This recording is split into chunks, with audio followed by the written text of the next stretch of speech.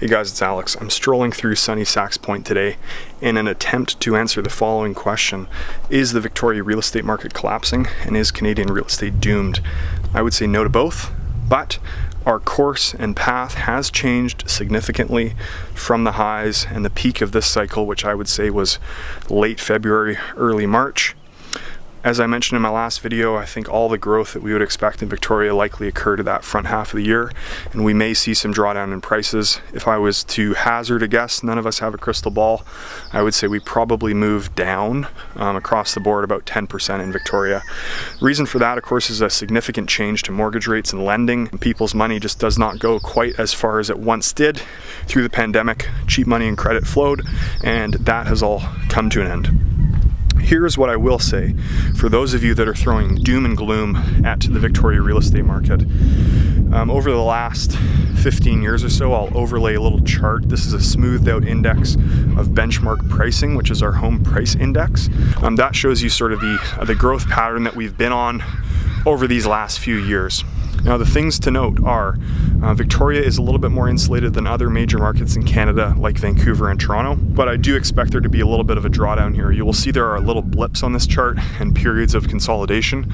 I would say at this stage we've already entered a period of consolidation for all my stock chart people where things are going to go flatline. Now from here, the velocity that they trend down is going to be based on how quickly rates increase, but already we are seeing meaningful change to how people are buying and selling property and what the stats are telling us. The median is beginning to creep down in detached homes. The average sale price has not just yet, but I expect that it will because we're approaching a lot more balance in our market.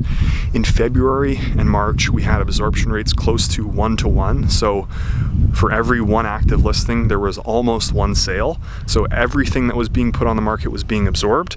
Now we're getting a bit closer to 1-to-3. And in a true balanced market, I would say that the absorption rate's about 25%. We're getting closer and closer to that every day, and I would expect that in June our sales data will tell us that we are once again back in a balanced market and potentially trending towards a buyer's market if inventory continues to lift. So expectations for the year, likely to trend down. Does this mean the sky's falling? No, because look where we are. I mentioned it being insulated. The reason it's insulated is Victoria is an extremely attractive place to live, and for good reason. And we've just run out of land.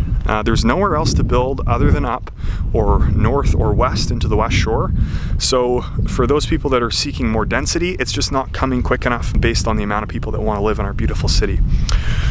I mention that because, my wife and I actually bought a house down here not too long ago.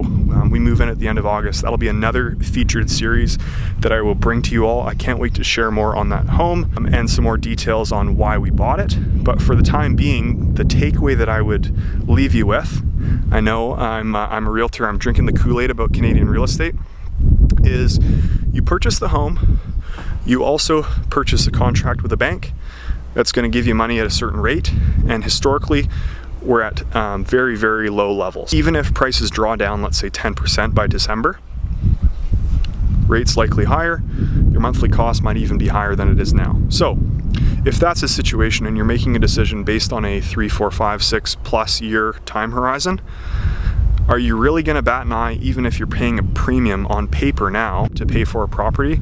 I would say no, because look at where we are. We live in one of the best countries in the world and one of the best cities in the world.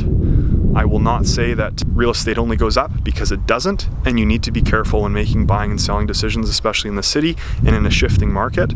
But I will say that regardless of the reason you're purchasing a home, whether it's an investment or for yourself, I think long term this city is a pretty good bet. That is this month's market update. I'll have more for you on that house, and I'll have more for you on the market as the next few weeks unfold.